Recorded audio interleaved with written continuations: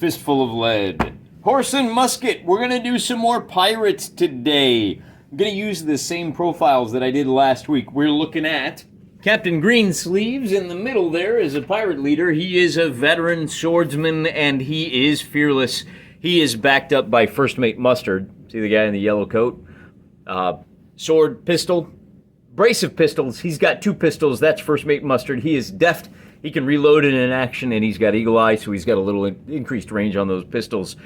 And then we've got Pokey, Gunner, and Chopper. All of those guys are, well, he's a knife thrower, so he's got D5, by which I mean D10, divide by 4. So a 7 is going to be 1, 2, 3, 4, 5, 6, 7. He's got 4 knives that he can throw, in addition to a knife that he can fight with. Gunner has a musket and a knife, and Chopper over here has a sword and an axe. On the other side, you've got the King's Marines dressed up in Napoleonic garb, or maybe, American War of Independence garb. The leader there is a veteran. He's got nerves of steel. He ignores his first shock. He is determined. So when he's fighting in melee, he ignores shock and wounds. He also has a pistol and a sword. His second is Sergeant Stovepipe, who is stealthy. -1 when you're shooting at him. He is a ranger, so he can move through the rough terrain without a penalty. Everybody else moves at half speed. And then Hubert, Lewis, and Dewey, they all have +1 to their recovery rolls. Today we're going to do a simple infiltration mission, and this is what we're doing right here. The captain has been captured. We saw that in the last episode. He's in the tent, and these 4 guys are going to try to sneak over and rescue him. I'll show you how that works. In our last game, Captain Greensleeves was trying to escape with his booty. The booty's gone. Now the pirates are trying to rescue their captain, who is chained up inside that tent. They're going to have to get to the tent and complete a successful task. Toughness number, let's just call it 5. In the rules, you can have an ability where you pass toughness numbers. You get like a +1 to any action that's not covered by other rules. Nobody has that, so don't worry about it. But it will require an action to get in and free him. Then on subsequent turns, the pirates will get 5 cards. So to start the game, we're only going to deal 7 cards. It'll be 3 for the sentries, boom, boom, boom, who will move D5 inches in a random direction as determined by our chance perfect icosahedron here. We're going to roll this, divide by 2, that's the number of inches moved. Oh, and by the way, don't round. You can move ½ inches. A roll of 1 means ½ an inch. The arrow will show the direction. However, the red coat player will get to decide the order they act and with respect to these guys. The other issue we have to figure out is where are these guys coming on the board? And for that, we're going to roll a d12 and we're going to treat the sides of the table like a clock face. They're coming on at this 6 o'clock. So down here, the good news is they will be starting. And why don't we give a range here? The sentries were placed here, here, and here. We will say it is a foggy morning. Visibility is limited to 12 inches. To spot a figure, you have to pass a task roll. The sentries need to roll a 5 or better. They have a -1 for every inch after 3 inches. If you are within 3 inches of a figure, you're automatically spotted. If you're hidden, they don't get a spot check unless they're within 6 inches of you anyway. And then what we'll do is on their cards, we'll move them. I think I already explained. We're going to move them D5 up to D5 inches. Let me just play out this first turn and you'll see. So for the pirates, we're going to deal the pirates over here. We get a 2, 5, ace, and a 5. And for the sentries, we get a 10, queen, and an 8. All right, great. So the sentries get to go first with his queen of spades. The recovery doesn't mean anything for them, because nobody has anything to recover. Obviously, they're going to move this guy first, hoping that he can move in a very good direction for them. He is going to move a total of 1 inch towards the fire. Okay, so he basically will slide up along that way, unfortunately. Now, he's not within sight of these guys, so no checks need to be made there. And then, look at that, 8. And, well, we could move 1 guy with this ace. Instead, we're just going to go ahead and move both of the sentries. This sentry is going to move a total of 4 inches in this direction.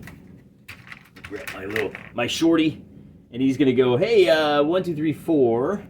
And then this guy will move 4 inches in that direction, he's going to move 2 inches this way. And everybody with their backs turned means that these guys will get to make 2 movements. Remember, we play this at half scale.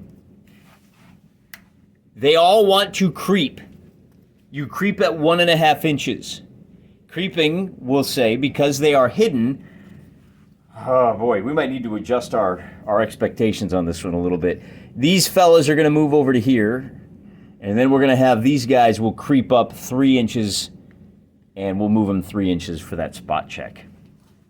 We pushed in a little bit tighter on this one. Since these guys are hidden, we'll give the sentries an additional -1 to their checks. In other words, even within 3 inches, it's going to be a 6 to find, to spot hidden. 1, 2, 3, 4, 5.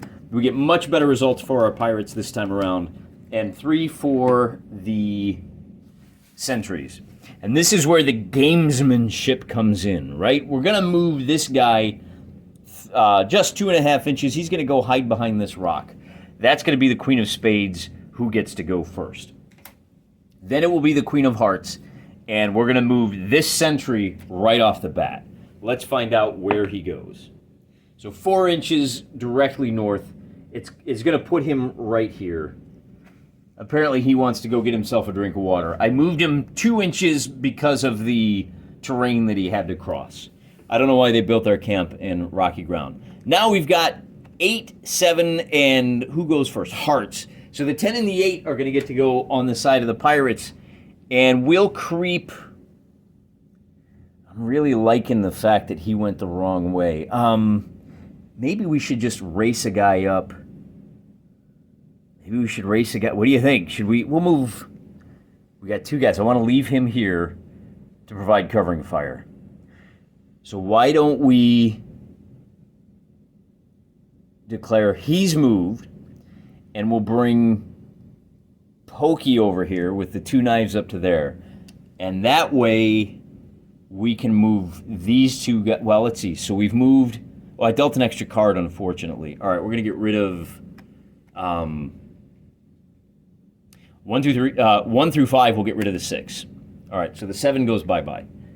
That was the extra card that we dealt out. Now we're going to move this sentry on the 7.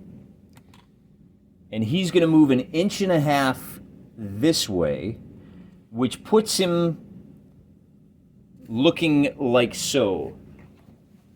He has a clear line of sight, 10 inches. So at a D10 minus, well, it's -7, right? He gets a negative number. He does not spot this guy over here. Then we move. This guy's problem is I'm gonna race him. He's actually going to move at full speed 6 inches over to here to try to get behind the dune. And that's going to be the last. Then we have 1 more sentry way over there who's going to move 6 inches due north. Or 3 inches, I should say, because it's half distance and he's still looking the wrong way. And that is the end of the turn. We'll shuffle these cards back up. And we'll see if one of these guys can race on in. I'm going to leave the camera right there and just show you how we do a quick shuffle. Shuffle, shuffle. And I think this is probably a pretty good way to do this. At the start of the turn, after the alarm is raised, that's when we'll bring on the 2 leaders. And the 2 leaders of the redcoats will come on according to the clock face as well. So that's going to be huge, depending on where they come in. So we only need 4 for right now. And we need 3 4-hour sentries. The sentries are going to get the first 2 moves, and they're going to move these 2 guys first. So this sentry is going to move 4 inches in the complete wrong direction. Hey, Carl, what's up? And then, I'm sorry, Huey. That's Hubert. And Hubert says, oh, nothing much. I'm just going to go walk kind of over here. And I'm going to look this way. Their faces show you the direction they're looking. So he does have a line of sight to this feller who did move. He's behind cover. He's an extra 3 inches away. So the 5 becomes an 8, becomes a 9. This sentry will spot him on a result of a 0. And a 1 is nothing. However, if he moves at anything other than a creep, he will be spotted because he is 6 inches away. So it'd be 5, 6, 7, 8, and then 9. Yeah, okay, we're good. We're good. So now that we've moved the king and the queen, we've only got 1 sentry left to go, kind of at the end, and we will move. You can move 3 inches, or you can creep 5. Or, sorry, you can creep 3, which gives you that extra -1, or you can run 5, and we're going to go ahead and we're going to creep. We like our distance here, and I think, hey, why don't we bring both of these guys up? I'm liking that. We'll move nice and easy, like so. That's 2. That's the jack and the 10. And then we're going to move on the 4 of diamonds goes first, so that's that sentry over there. And that sentry is going to move 4 inches. He's going to move into cover right here, and he just moves 1 inch. So there he is. And then we have one last move for our pirates, and that's going to be, he can move a full 5 inches, but we're just going to leave him right there. We're happy with that. Moving on to the next turn. We could probably stand to include a timer for when the fog burns off, but I'm happy with the complexities of this game as it is. So 4 cards for the pirates. 10 king, 4 and a 6. 3 for our sentries, and we're going to move, who do we want to move? So the question is, do we move these 2 guys first with the king and the 10 and get them next to the 10? And I think that's what we want to do. So that's our king and our 10. Then our sentries get to go, and they moved. They did not hide. They did not creep. On the 8, the first sentry to go is this one. And he's going to move 1 inch this way, which I think you can see, or you can't see him, which means he can't see the pirates. Unfortunately. So they're going to get on their next turn. Well, unless this guy spots them, right? But we do still have this 4 and this 6. And what is the special ability for Chopper there? Chopper is just a brawler, so he's going to creep around to here, and he's getting ready to hit these guys in the flank, I guess. And then Shooter down here does nothing. So we got to move those last 2 sentries. We'll start with this one way off in the distance. He's going to come 3.5 inches back. Well, that's going to be 2 inches to there, and then another 1.5 inches to here, facing in that direction. And then this guy is going to move 1.5 inches that way. This is obvious that this little inlet here, the sentries are convinced the pirates are going to swim ashore here.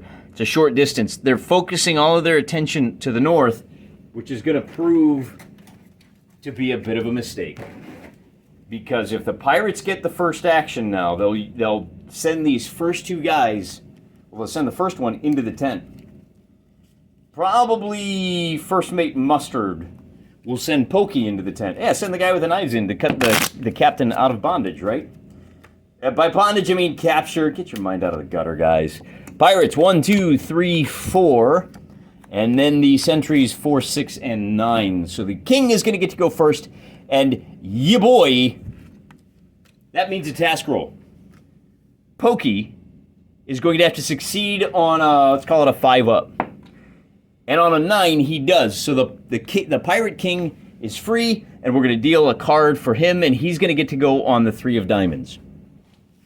So he will appear right here, and then it is time for the sentries who have not been alerted yet to act on the 9. And we're going to use this close guy, is going to move 4 inches.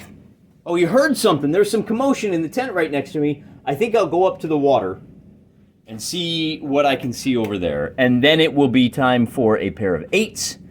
Now remember, Captain Greensleeves has to use this card. So our pair of 8s is going to allow us to slide. We're going to keep him hidden on one of them. And we're going to bring, let's see, Pokey's already gone. We're going to bring him back. How far? 3 inches. 1, 2, 3 to here, so that he can't be spotted. And then we have a 6, and we'll use that to move this guy, who's going to move 3.5 inches. He says, oh, 1, and then an inch and a half will put him right here, and he's looking in this direction. He does have a guy behind cover. That guy has been hidden this whole time, so he can't see him. And then it's going to be 5 for if he wants to go. And he's going to stay hidden until we can get our pirate leader off. And then number 4 is this sentry. And this sentry moves an inch and a half in this direction. And he's got an option to view Pokey at a 6-inch range on an 8 or better. So on an 8, the alarm is now raised. He says, "Hey, what's all this then?" And with that, the last person to go on this turn is the captain, who says, "I'm gone," and he races 5 inches this way. The alarm has been sounded, so we'll roll for both of the leaders of the redcoats. First for Captain Fancy Hat. He's going to come on at the 8 o'clock position, and then Sergeant Stovepipe will come on at the 4 o'clock position. So 4 o'clock will be down just in that direction, and 8 o'clock will be, so they were off in the hills doing Lord knows what. But they're going to come on the table edge, like so and like so.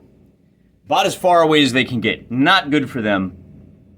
But what that means is we are going to be dealing out all 10 cards. And, man, Captain Greensleeves might get away. I think it's pretty generous of Captain Greensleeves' men to go after him, given the way he tried to race ahead with the loot. Maybe he's got the loot, and that's what they came for, and he said, "Hey, you got to let me go, and I'll tell you where it's at." The pirates get 10, 10, 8, king, and an 8. And the redcoats get ace, 9, jack, 3, and a 2. So who's going to get to go first? Oh, with the king of spades! The pirates are going to get to go first, or the redcoats are going to get to go first. And that means this guy spots the captain and decides to take a shot at him with his musket, which has a range of 9 inches. I forgot we're playing half scale here. Muskets have a range of 6 inches is short range, 12 inches is long range. Because Lewis up here on the dune is firing at beyond 6 inches, he's going to need an 8 or better to hit the captain. And with a 4, he misses. I am going to drop a reload marker kind of next to him. He'll slide off if I do. That is his only action. He aimed and fired, and with a 5, that is a miss. Then we call out who's going next. On the king, the captain himself says, "Yeah, I'm not standing around here. I am going to run off in which direction? Let's race him off to right there. Oh, I got to move the cards." So 5 inches puts him to safety there on the king of clubs. And then we call out jacks. Yeah, we got a jack. Who has a jack that's close enough to do anything?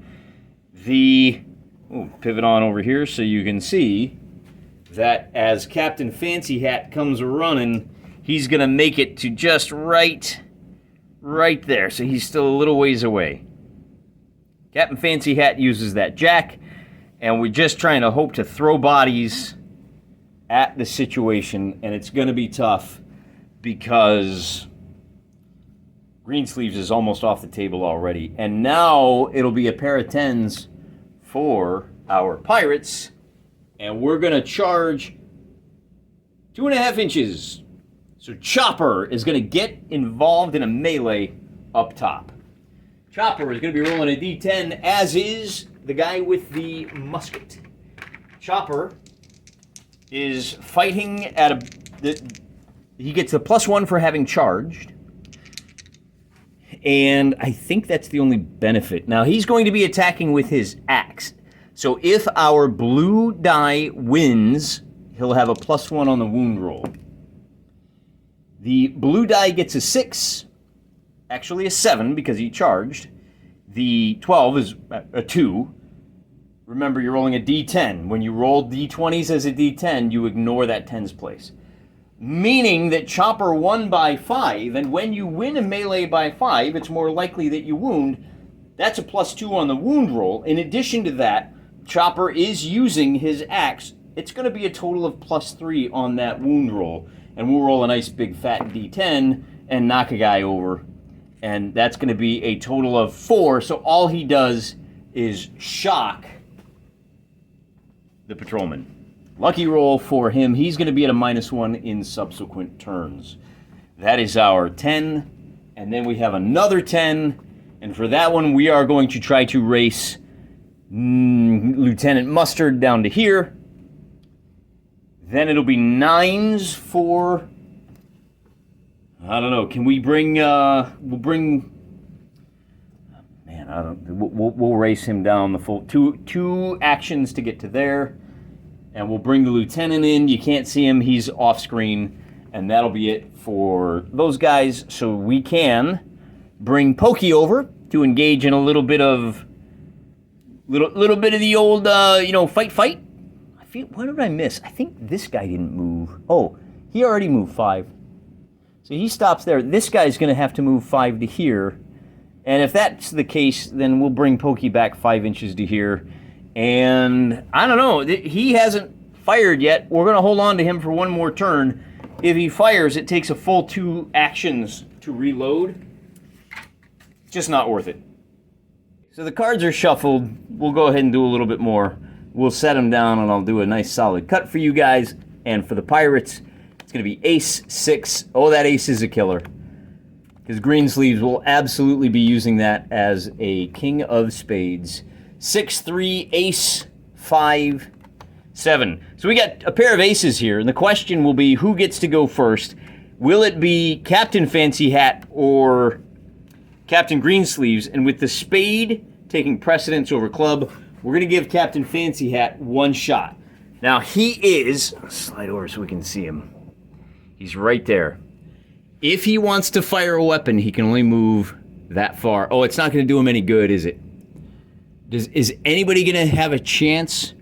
The only guy that really looks like he's got a shot is this soldier up here, who can move the 1.5 inches. And then if he is within 12 inches, which he is, he's within 10 inches. There's your 10 inches right there, guys. So he can take a shot at the captain with a King of Spades. And he will hit on an 8 up, but he moved, so it's just a straight 8 up. And a 2 is not going to be good enough. Means the captain will escape off the edge of the table, and that's the game. Kind of a quick battle today. Didn't take long. All of the sentry dice came up wrong for the British Marines. Hey, that's the way these sentry fights go sometimes, right? When the dice come up right, the infiltrators can scoot in, get the loot, and scoot right on out. When the dice come up wrong, it turns into a running battle and it takes forever. You just never know what's going to happen on the tabletop until you play it and play it through to the bitter end. That's the fun of this hobby. You never know what's going to happen. It's okay if it's short this time, because we all know next time it could take 3 hours to get through this exact same scenario. I'm not going to play it again. Probably going to look at a new setting for Fistful of Lead. I'm trying to show you guys how versatile this rule set is. It's a regular Swiss Army knife of miniature war games. Until then, next Friday, Fistful of Fridays, Fridays full of lead. Remember, pray for peace. Peace in our day. I'm praying for you.